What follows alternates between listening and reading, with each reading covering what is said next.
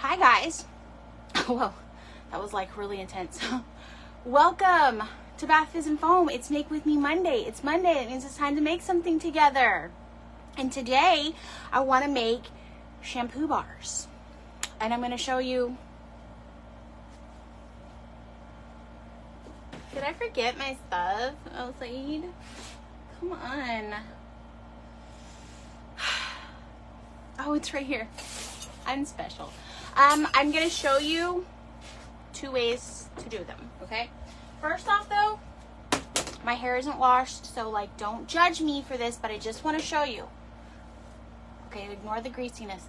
I have very long hair. Very long, okay? I have very long hair. Some might say it's pretty, although it's almost never down. It's always in a ponytail, and like literally every week I'm saying, I'm gonna cut off all my hair because it's just always in a ponytail. So it's like really dumb to have it, to have it. I go through this like on a pretty regular basis. I grow my hair long, then I cut it all off. I don't need it. And then I don't cut it again for like 2 or 3 years. Okay, but the point of me showing this, hi, there's so many people saying hi, oh my gosh, hi. The point of me showing you guys that I have long hair is because I feel like sometimes people say like, oh, this is my shampoo bar recipe and I use it, blah, blah, blah. But then they have short hair. Or they don't have like, I don't know. I'm not judging them for people having short hair. I'm just saying that, like, as a person with long hair, I know, oh my gosh, my nail's cracked. I know how important it is that you know for certain that the recipe that you're going to use is going to protect your long hair. You know what I'm saying? I just wanted to, like, give a shout out to my long hair girlies and just be like, you're fine, you're safe, you can trust us, okay? Okay. So I'm going to show you 2 ways to do this, and we're going to get going. Okay, so, and I changed my hair constriction method from the little, I just don't know if I like this thing, from the little tops that I would use all the time, the little caps I would use. This is a buff, and the reason is it's going to keep my head cooler because it's hot. And I feel like it's always hot. I'm always sweating. Okay. And also, look. I moved my microwave over here just for this live. Because last time I did a live with doing shampoo bars, I like kept having to like go off the camera to heat up my stuff. So I was like, oh, I'm so prepared and stuff. I might as well do this. Okay, let's grab my heat temp gun. That's the only thing I didn't grab. Whew. Okay, so the first thing I'm going to show you is actually not going to work. Why did I do that? Okay, look. You can make, I have a little crock pot right here. It's a little one. It's like what? I don't know how big it is. It's little. It's not like the mini, but it is little. So, if you want to, you could just put all your ingredients in your crock pot like so and just let it cook until they're ready. And then when it's time to cool, it's time to add your your temperature sensitive ingredients. See, the reason I'm doing this is I didn't know if we were going to get to this part. Okay. We're going to do You're welcome. This is my ADHD. Now you're going to get to see. Okay, we're going to do the end of this one, and then we're going to do the beginning of another batch. And then you can put it together yourself. Okay, so the temp of this is like 200 degrees. So, the preservative that I'm going to use and the other ingredients that I'm going to use are temperature sensitive. So I have to let this cool down before I can add my preservative. I have all that in here. I have my preservative. I have my my hydrolyzed protein. I have silicone. This one has silicone, and the other one I'm going to show you is silicone free. Okay, and I have that all in here together because one of the things that you can do when you're adding ingredients that are temperature sensitive, if you add them all together as a group, it can actually help preserve? Am I saying that word right? It can help preserve them and protect them against heat damage. So adding them all together like that is kind of better than adding them individually when it comes to the high heat like this. So the preservative that I'm using for this is Tristat Eco, and I had pulled it out. And then I put it back. Tristat Eco. Its temperature is between 176 Fahrenheit or 80 degrees Celsius. It can be at that temperature for about 30 minutes before it begins to degrade. So if, because I normally use Liquid Germall Plus, but Tristat Eco is oil soluble, so I feel like it's a better option for this. Also, it has a higher temperature I can add it. I want to try some Yuxel 903 Muddy Soap Co.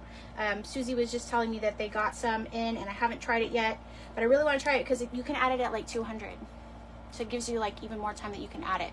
So okay, so Sarah says, what am I making? And then Kathy answered, because you guys are so awesome and such a cool group, and just everybody just is so kind and helpful. It makes me so happy.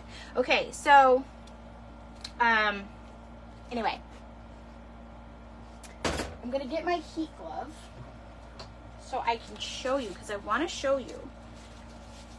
This is the Lather Boost. I think that's what it's called. Okay, it looks kind of like mashed potatoes or hot process soap at a Vaseline state. If you've ever, not heat transfer, no, hot process soap at a Vaseline stage. If you've ever made hot process soap, that's kind of what it looks like. Okay, so while this cools down a little bit, I'm just going to keep the lid off of it over here. So while that cools down, where you can see it, I'm going to start the other way. So you can make it in the crock pot. That's the easiest way, in my opinion. Just put everything in the crock pot, set it and forget it. Okay? But if that's not your style, I understand. You could also do it in the microwave, and that's even faster. Okay? So for the microwave version, I'm going to suggest, there's my SCI noodles. I'm missing something. Oh, no, I'm not. It's right here. Okay, look. Pardon me. Okay. What I'm going to suggest, if you do it in the microwave, I'm going to suggest that you leave your powder surfactant and your liquid surfactant to the side and just wait on those and do everything else together if you're going to heat it in the microwave. And the reason for that is that the powder surfactant and the liquid surfactant tend to bubble up more, and I find that I'm like constantly rushing to the microwave to make sure that they don't bubble over, and I don't want to do that. So yeah, we're just gonna add, okay, so that's my SCI noodles. You can also use SCI powder if you want to. This is cetyl alcohol. This is Ewax NF. National Formulatory. This is BTMS 50. This is my liquid surfactant. This is my sodium lactate. Cool. I'm also going to add some mango butter. Now this mango butter is green because it says upside down and backwards for you guys. It says hair blend. So this is a mango butter that I made. I actually did it on Patreon. I did like a really long, lengthy blog post on Patreon about how to infuse a solid butter. So it's mango butter. And this has, I'd have to check my little book, which I don't see. This has horsetail. It has probably nettle. Definitely has rosemary, possibly yarrow, possibly marshmallow root. Yeah, has some marshmallow root. So this is a blend of mango butter that's been infused with ingredients that, or like botanicals that are encourage hair growth, have natural levels of high silica, help protect hair, and different stuff like that. So that is what that is. Not necessary. You can just use regular mango butter if you want to. I just like that extra little touch. Okay. So we still have, this is hers over here. And then this is still the liquid surfactant and the powdered surfactant. I'll put those to the side. I'm going to put this in the microwave for about 6 minutes, something like that.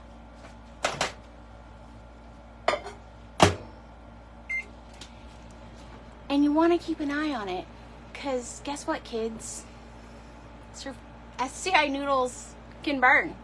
And it smells pretty terrible. Smells pretty terrible. Just gonna say from personal experience doing it. And I came into my super room and it just was like full of smoke. It was terrible. Pretty. You have one job, internet. You have one job. One job. It has one job. And apparently it can't do that. Hi people, welcome back. Thank you for hanging on in there. Trish is asking, what recipe is this? This is the Lather Boost. This is the Lather Boost. So this has only been in there 1 minute. It still has a ways to go.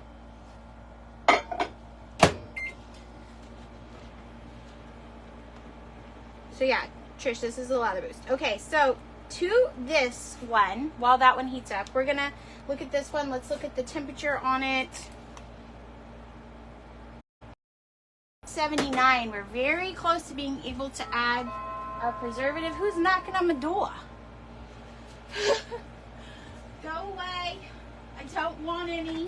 I'm not gonna buy your solar panels. I don't care that my windows are the old ones from when I had my house built. Just go away. Okay, so I'm gonna add my preservative to this because I had to add my. What is my life? Why? I don't know when this cut off. I'm talking about preservative. I'm gonna add it to this because I hadn't added it yet. The usage rate is 1% to 1.6%. So, if you use a different preservative than what we have listed in the recipe, just make sure that you check the usage rates, okay, of your preservative and the temperature when you can add your preservative. Okay, that's important stuff. You do not have to use the one that we listed, which was Phenonip, but you should use one that is works within the pH range of these shampoo bars, which they run between 6 and about 5.5. Maybe, I think that there was maybe one that was like almost a 4, but most of them are around the 5 pH range. So just make sure that you're checking for that, okay? The pH range, and then the usage rate. Still haven't added anything to this. Anytime I see it freeze, I'm just going to try to pause so we can catch back up. Okay, now we're at 164 for this one. I'm going to actually add some mica to it, because I like them to be pretty, but you don't have to. Just double checking what I use for fragrance. I'm just going to add a little bit of mica. You don't have to do that if you don't want to. You don't even have to add any mica if you don't want to. I just want to add a little mica to it. Make them look pretty. You're going to wash it out anyway, so it's not going to stain your hair or anything like that.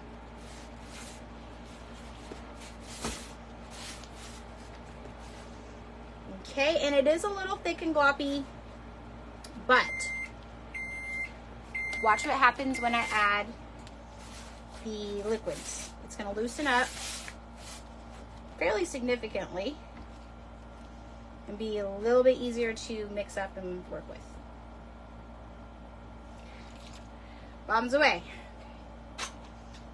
All right, now we're going to mix that in. So, this is, like I said before, this is the Lather Boost. There have been a few people who have said that when they make, not this particular formulation, but just like some of them, that the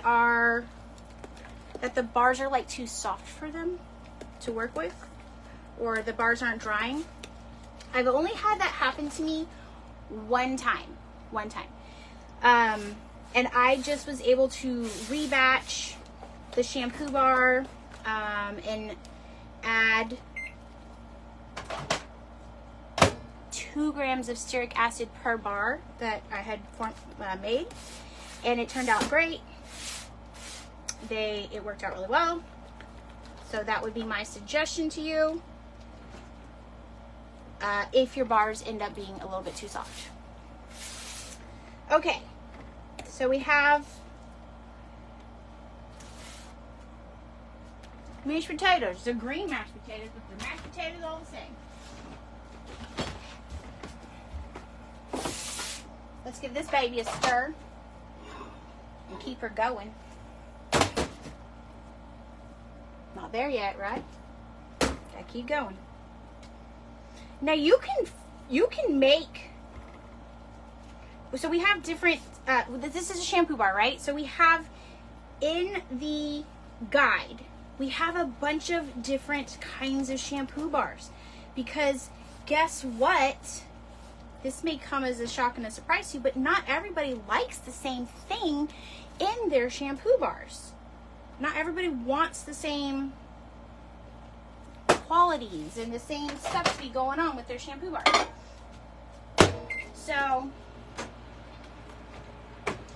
I really like the Lather Boost with I used quinoa protein instead of oat protein. That is what my family seems to like the best. So I tried, a bunch of the different recipes, and then I found the one that my family seems to really like the best, with, the little, okay, I'm going to use this, I don't know, liquid surfactant. I'm going to use this protein, right? And so this is the one that my family likes the best. It's bubbling in there. Look at it. Look at it. This is why I'm saying if you add the Cat B, the liquid surfactant in there, it'll bubble over the top in Volcano. So I found it's best to keep those out during the heating phase, and then when I get to, I'll show you when I add them in. but otherwise it bubbles over the top. Even I've tried to do it like even in like a really big mixing container, and it still does it. Okay. So, don't know what I would say. Anyway, find the one that you like and that works for you, and experiment. And so, in the formulation guide, there is 100-gram test batch sizes for every single formulation, because we highly, highly, highly encourage you to do test batches before you commit to making a full-size batch and make 6 shampoo bars. You know, we want you to make sure that you like it, and you want to make sure that you like it. So, it's just my little word of wisdom. Aw, Kathy says that you're missing what I'm saying because it's freezing. I'm hoping that, I don't know why it's doing that. I'm hoping that if it's messing up right now, that when the replay happens, it might buffer a little bit better. So, okay, so I used some, what is that, cling wrap, and squashed it down. I'm going to kind of trim it up. Squash it down. Trim it up. Oh, okay, that one's still too wet. Whatever. Trim it up, squash it down. Okay? I'm going to keep the extra in here so I can go back once these are cool and squash them down some more. Okay. Alright, we're going to let those cool off for just a minute. And we're going to work on that other batch. Okay. And I'm actually going to just put this back in here. It's going to keep it warm. Alright. Ignore that. Alright. Okay, so Tish says you too. Yeah, I hope Trish, sorry. Okay, so in here, we have the other way. This is the microwave way. Now look, the crock pot way is easier, but it does take about an hour. 45 minutes maybe of just kind of sitting in there if you completely neglect it the whole time. You could also do a combination where you could do you could microwave this portion, get it going, then put it into your crock pot if you want to. Okay, you can kind of combine them, but if you do the microwave, it takes about 6 to 8 minutes. If you do the crock pot, it goes a lot faster. So it's kind of depends on what you're looking for. In this second version, we're going to be using, I didn't add the fragrance to it yet. Good, because I was going to use a different fragrance. So in the second version, we're going to be using, instead of silicone, so my hair loves silicone. You saw how long it was. Right, my hair is straight, long. I don't have curly hair. I don't have like curly hair girl concerns. So my hair loves silicone, and the recipe does include silicone. It includes dimethicone and cyclomethicone. I use dimethicone 350 and cyclomethicone. Some people, those silicones, cyclomethicone will evaporate almost immediately once it's in contact with air. Dimethicone doesn't evaporate as quickly, but it rinses off as soon as it comes into contact with water. So neither of those will create buildup on your hair. She got a little bit bubbly, huh? Neither of those will create buildup on your hair. We talk about this. We have, if you buy the shampoo bar recipe, we have a shampoo bar Facebook group that is just dedicated to support for our shampoo bar customers. You have to have bought the recipe to be in that group, but other than that, that's what it's for. It's just for our shampoo bar customers. So the we talk about silicones. We've talked about silicones a few times in that group because, you know, when Amanda and I were writing well, Amanda wrote it. I didn't write it. I got to stand back and watch and be like, you're doing good. But when Amanda was working on it, you know, we had discussions about silicones and are they going to be a problem for people? Are people going to object to having silicones in the formulas? And kind of the way, like, our stance on it was that we just included it. And you can substitute it. You can substitute silicones for other things if you want to. But we feel like it's really important to educate you so you can educate your customers if you want to. If you don't want to deal with it, if that's not the hill you want to die on, then, like, that's totally fine. But kind of gotten like a bad rap in media, and it's kind of the same way if and I was saying this to somebody like literally just the other day.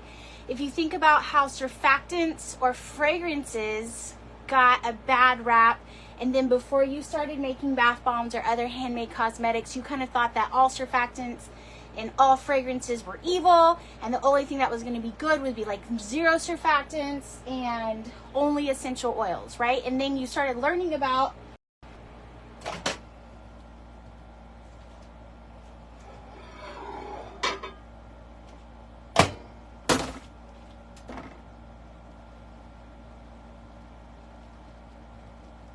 okay, so what I was saying was, long time ago, you might have heard surfactants bad, fragrances bad. And then you learned about them, and you learned that there's different kinds, that they're not all made equal, that some are very safe. Okay? And now you know that, and you're able to use that knowledge to create really good products. We were hoping that silicones would be the same thing, that you guys could be educated about them and learn that there are some safe silicones that don't create buildup, and then there are other kinds that do. But if you don't feel like making that your battle today, I don't blame you. If you don't feel like making that your battle, you can just substitute the silicones for other things. And we have a list of silicone substitute things that you can use. Daikon seed extract, horsetail. If it's something that has high levels of natural silica. Why is my internet doing this? I don't know why. I don't know.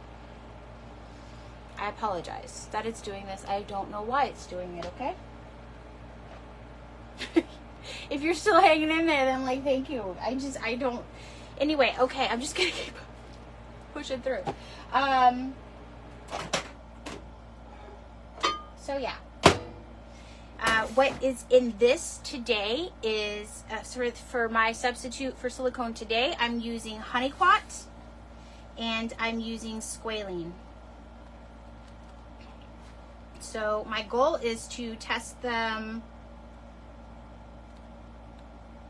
I haven't, test them side by side, like making them at the same time, and then being able to test them side by side so I can give you guys, little update, little information about that. Okay, so as you can see, this is really melty. It's pretty wonderful. There is still a tiny bit of, there's like a tiny bit of undissolved not beads. What am I looking for? Noodles. I'll give it one more go, but honestly, I don't think, I think this is pretty good. SCI noodles take forever and an age to dissolve. You can grind them up if you want to. You can use solid, you can use SCI powder if you want to. There's a lot of wiggle room for what you can do. Whoa. I just inhaled smoke. Anyway, there's a lot of wiggle room for what you can do to customize this, okay?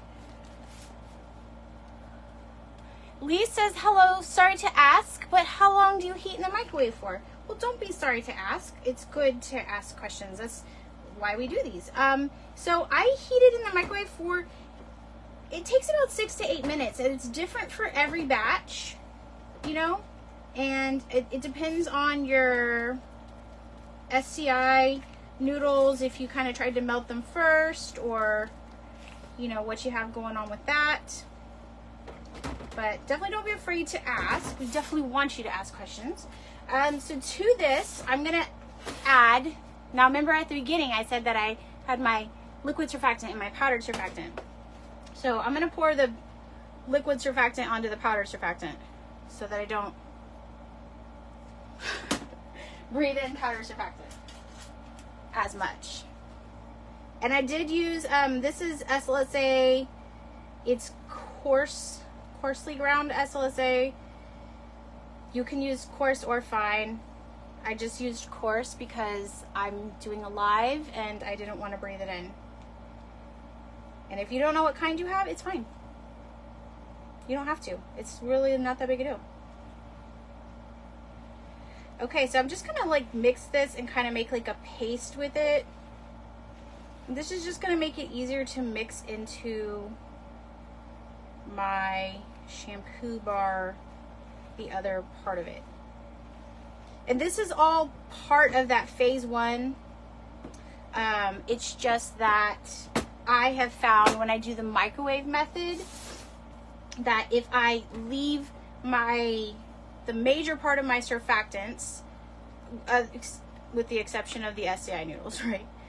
If I leave the major part of my surfactants out and then add them later, it just makes it to where it doesn't overflow in my microwave. Mashed potatoes, good. No, mashed potatoes bad. Okay, this time mashed potatoes good though. Normally we see mashed potatoes bad. I was like this close to doing Wonder Bar today. To doing pressed Wonder Bar. But I decided to go this route. Okay, so now you can see basically this is the same texture that we had with the microwave one. Not the microwave one, the crock pot. Same texture. Okay? We just now have to wait for it to cool down. Which is why I made sure to have some that was already cooled down at the beginning so I could show you in case this takes forever for this to cool down. And I hope that this wasn't confusing. In my head, it made perfect sense to do it this way. Okay? We're gonna set microwave over here with its fragrance, its silicones, and this. Okay? Let's check this, which was our crockpot batch. So I put the over part into the crockpot, and now I'm just going to smash it into these bars. I'm kind of wondering, so when people are having bars that are too soft, I'm wondering if maybe they just need to do this. Like they need to come back when the bars are still soft. Like it's still soft enough that if you push into it, it's going to have a little bit of give, but it's not like squishy anymore. So I'm wondering if people need to do this, like come back and just give them kind of a press. And I'm just going to trim the tops on these ones that I added to. And I didn't add to this one, and I didn't add to this one yet. And this one was a little bit short anyway. So I'm just going to press that in there, and then that's going to like... So one time I had a batch that wasn't firm enough. I didn't do this. I squished one of the bars, and then the rest of them I didn't squish. So the one bar that I did squish was like really firm, and the other ones that I did not squish were a little bit soft. And I did go back and I added a little bit of extra stearic acid to them. I rebatched them, added a little bit of stearic acid, and they were fine, but they don't lather. I would say the only thing is that, because my husband was like, are they the same? And I was like, yes, they're exactly the same. Same exact batch, just 2 different molds. They don't lather exactly the same. So the stearic does kill the lather just a little bit. Or made it, I don't know, made it like slightly more draggy. So I would encourage you to not, you know, if you don't have to do it, don't do it. So Amy says, is it a good idea to just go ahead and add 2 grams of stearic acid per bar? I don't think so. I think it's better to do a 100-gram test batch and see how that works for you first, and then see. Because like I said, I never had that problem. I only had it one time, and I used a different mold. It wasn't this round mold, it was like a shaped mold, and I wasn't able to squish it as firmly. And so I think that that's what was going on with that. So you can add the stearic acid. If you do your test batch and it's still too squishy, then go ahead and try the stearic acid, but also maybe try squishing. Because you can also use a press, and there are, the last time I made shampoo bars on Bath Fizz and Foam, because I like went and double checked the directory, because I was like, I feel like I just made shampoo bars, but I went and double checked, and the last time I made them was in April, so it's been, you know, about 4 months, and I did the pressed bars. So you can do the pressed bars, and you can use a 3D printed mold, like, you know, like a 3D printed mold, if you want to. But those, you're still pressing it, right? So I think that possibly pressing is part of it. But, you know, I don't know. It's one of those things where, like, we can't always predict exactly how everything is going to fall out. And it's kind of like when I had the issues with the emulsified body butter, the emulsified sugar scrubs, that the issue came down to like a mechanic thing, like where I always do this when I'm making my scrubs, so I never thought about people not doing that, you know? So this, I'm going to do a different color because I want to make sure that I can tell them apart and know which one had the squalene and the honeyquat, and which batch had the, you know, the silicone substitutes, and then the silicones. So this is the silicones. And Amy says that you've never used the crock pot. I love using the crock pot. I think it makes it so easy. It's like my favorite way to do it, because I just set everything in there, and then you just have to remind yourself to go check it. Okay? And you can also use it if you're rebatching. If you end up having a batch that doesn't work out the way you want it to, you can rebatch. And when you rebatch, you would just make sure that you add the preservative back in, because you will deactivate your preservative. So that is the only kind of bummer about having to rebatch. But, you know, I've seen people say, well, the ingredients are expensive and I don't want to have to waste ingredients. But number one, that's why we encourage you to make the 100-gram batch size. And then number two, you're really not going to waste it. If you end up, you know, needing to rebatch it, you can always do that. Okay, so you can see that this one, maybe you can see, still has those little white specks, and that's just the SCI noodles that weren't like 100% dissolved. It's fine. It's fine. It's not that serious. It's fine.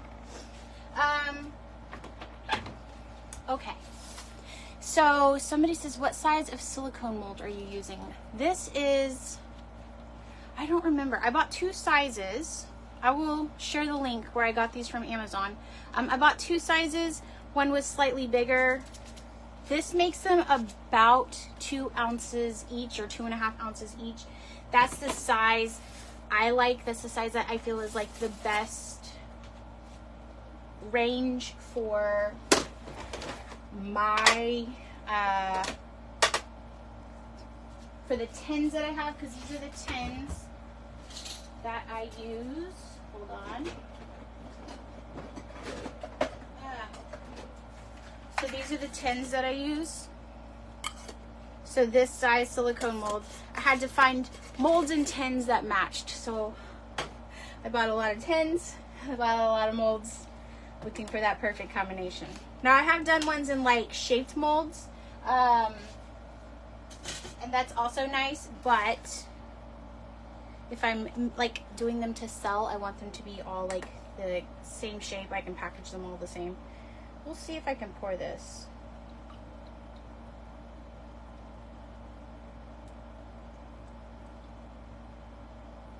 Okay, that's my fragrance. And this is Cranberry Crush from Muddy Soap Co. The blue ones are Oceanside Vetiver, which I'm sure I've talked about it before. I am obsessed with that fragrance. Okay. And then let's just double check our temperature to make sure that we're in range for this one. Yeah, this is 161. Let's give it a stir and then double check, because obviously the middle is going to be hotter. So it's 170, so we're still in range for it. So I'm going to go ahead and add this stuff. And that was quinoa protein and panthenol B5. You can also use panthenol as a powder. You would need to probably change how much you use, because the liquid is going to be generally a 50% solution, and then the powder is going to be a higher solution, a higher percentage of active ingredient. But you can use that if you want to. There's so much you can do. You can modify this out the wazoo, and then there are literally, I want to say 9, maybe 10. There's so many like options. We gave you so many options, and then 2 types of conditioner bars, which can also be completely modified. So there's really like a lot that you can do with this. And then of course you have the Facebook support group. So if you are interested in making shampoo bars, I'm saying this is the way to go. Did you see me? Did you see me brushing my hair at the beginning? My hair looks great. I've been using this for 6 months. And this is the thing. I'm always like, I'm going to cut my hair. I'm going to cut my hair. I was going to cut my hair right before we released these.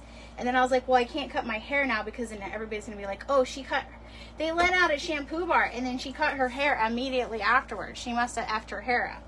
And I was like, I don't want people to be like that, because people will be like that. You know, not y'all, but like, haters gonna hate. So anyway, I've been hanging off cutting my hair, but also I don't have a person to cut my hair, so that's also it. But anyway, Amy says you're afraid to modify the recipes, and then Trish said me too.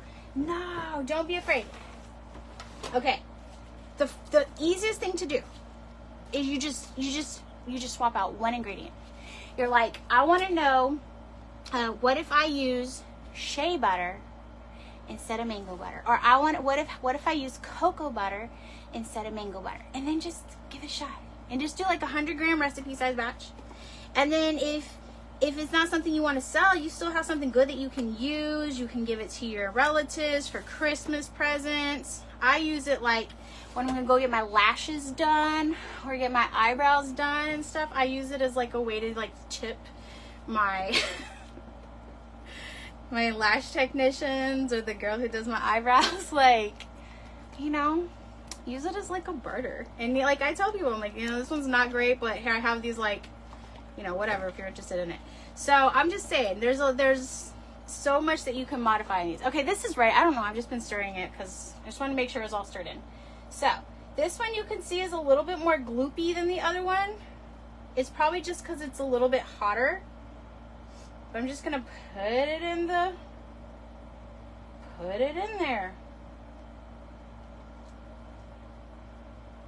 Or maybe it's more gloopy because my SCI noodles weren't 100% melted in this one and they were more melted in that one. I don't know. There's gonna be some slight variation between batches. That's okay. Maybe I over poured on this one. I don't know. Life is complex and there's just so many factors that come into play. Now, does it look like hamburger patties? Yes. Was red an unfortunate color choice? Possibly. We're going into Halloween / Christmas. Okay. So you can leverage that. Okay. This could be Santa's wash, or it could be Five Nights with Freddy. Okay. You could do all kinds of different. You could just make it like a seasonal. So since it's cranberry crush, it's pretty easy to make it like a seasonal flavor, for lack of a better word.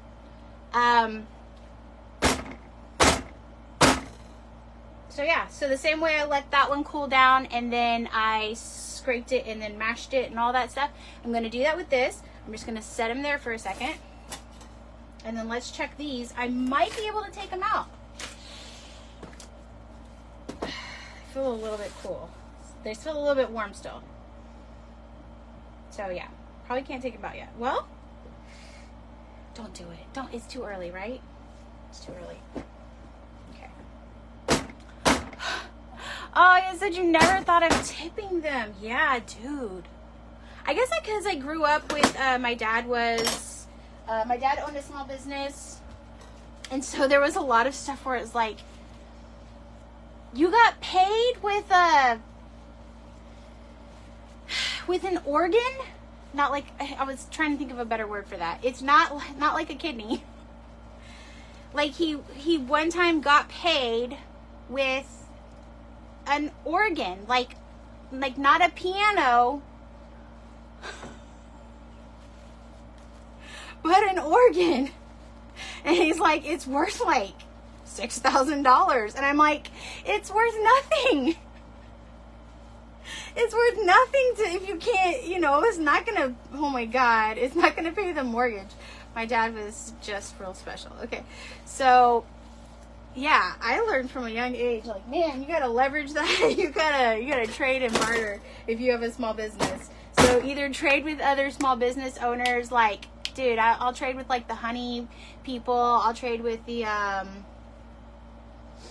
the jam and jelly people. Oh my God, at farmers markets, I am like a simp for blackberry jam. I will spend all my money on that. Yeah, or fig preserves. Shut up. I will do anything you ask for that. You could have all the you want the whole batch? Yes. You can have the whole batch for some fig preserves. Anyway, okay, let's just be irresponsible and pop one out. Okay, so we popped one out. It's not beautiful. It's not bad. And it's a shampoo bar. Okay? And the way I package mine, and it doesn't have spots, it just has like, because I pulled it out just a little bit too early, so it has like places where it suctioned to the silicone. Hold on, let's do a cosmetic repair, okay? I'm just gonna make her look a little, that's not working. Okay.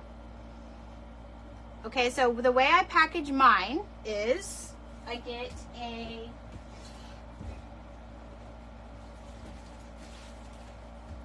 Kavafa filter. Okay, I put them in. I just go like this. Obviously, I would let it dry all the way first. I wouldn't do them this early, but okay. And then I put a sticker right there that says that it's a shampoo bar. Okay. And then I put it inside of here with that sticker facing up. So when they open it, they can see that it's a shampoo bar. And then I close this up. And then I also do a like a straight one down so it has like a seam so you can see if it's been opened, and then do a shampoo bar on front and then a shampoo bar on the back. So the front's going to be the front label, back's going to be usage. I don't know why it's a hard word for me to say. And then, right, that's it. Let me see if I have some labels literally right here. This is for conditioner. Oh no, this is for shampoo. This doesn't match any of these ones, so, but we'll just pretend. So I could put shampoo bar on the back. I'm just gonna barely put it on there so I can take it off in a minute. And then on the front, I would put shampoo bar. Okay. On the front of this guy, same thing. I think actually I have a third separate label for the inside, but I can't remember. It's been a while. Anyway, something like that. So if, you know, they forget what it is after they've opened it, they can remember now. Anyway, so that's it. That's it. If you got any more questions, let me know. I will put links in the description. I'll put links to where I got the molds. Obviously the recipe, where you can get the recipe. I'll put links to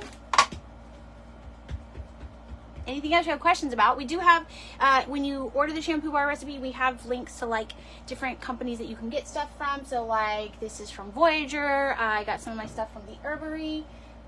This is from Muddy Soap Co. So yeah, I will include the fragrance and the colors that I use, but anything else like that comes with the shampoo bar recipe. So if you have questions about that, Amy says, do I have successful recipe changes for the shampoo and conditioner bar, like the combo bar? I didn't have any changes for those, so I guess it depends on what you're having a problem with. I would say try the squashing. I think that could be helpful. But it depends on what you're having issues with. So if it's like too wet, it could be something as easy as switching from a liquid ingredient to a powder ingredient where you are able to. Like, so you could reduce your liquid surfactant and add more powder surfactant, or you could you could switch from panthenol powder to panthenol, no, swap that, reverse it. Switch from panthenol liquid to panthenol powder. There's like a few things that you could do, but I think the squashy, and then if you have to, 2 extra grams of stearic acid, but I would make a test batch first and see how it goes. So Emmy says, you mean like what I've done today? I don't, but I've only made like 1 round of those. I could make another round. My husband really likes it for his beard, because it's just kind of like a nice beard wash. So I could test that and see, and then I'll post it in for sure in the shampoo bar group. I can do that. But yeah, if you guys have any other questions, let me know. I will answer them. And then, yeah, that's it. Happy making.